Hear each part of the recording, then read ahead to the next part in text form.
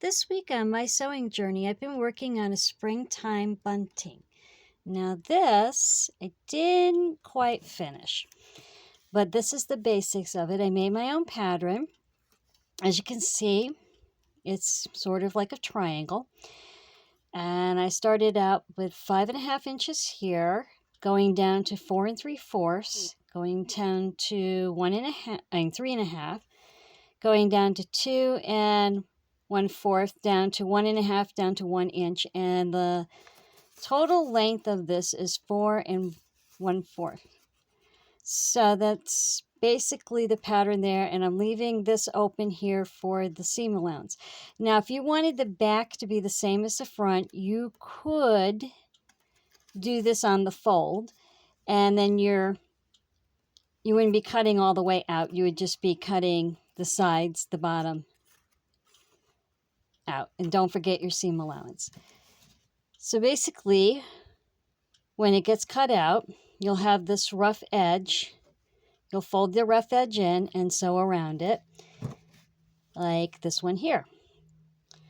I did top stitch these because I thought it needed it. Now you can decorate them. You could put flowers on it, tassel, a bow. You could do embroidery or cross stitch. Make them look any way you want. This one's going to be an indoor one, so you won't be seeing weather. And I did the backs because it's going right up against a wall, all that same fabric. So you could save on fabric that way if you needed to. Now you have options. You can use ribbon, or you can look around, and I found these old belts. Might use that. I don't know. We'll see. But basically what you're going to do is lay your bunting pieces onto your ribbon. If I can get mine to unfold, that would be great. You give yourself a little room for tying it off.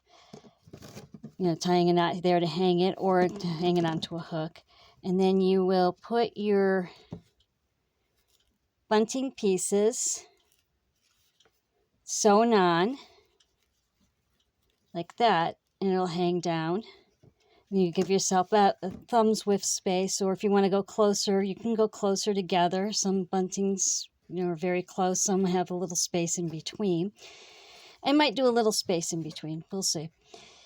And that would be how you would do it. You go all the way down to the end. Now, like I said before, the end, you could tie it like this, or sew it across there and then just hang it.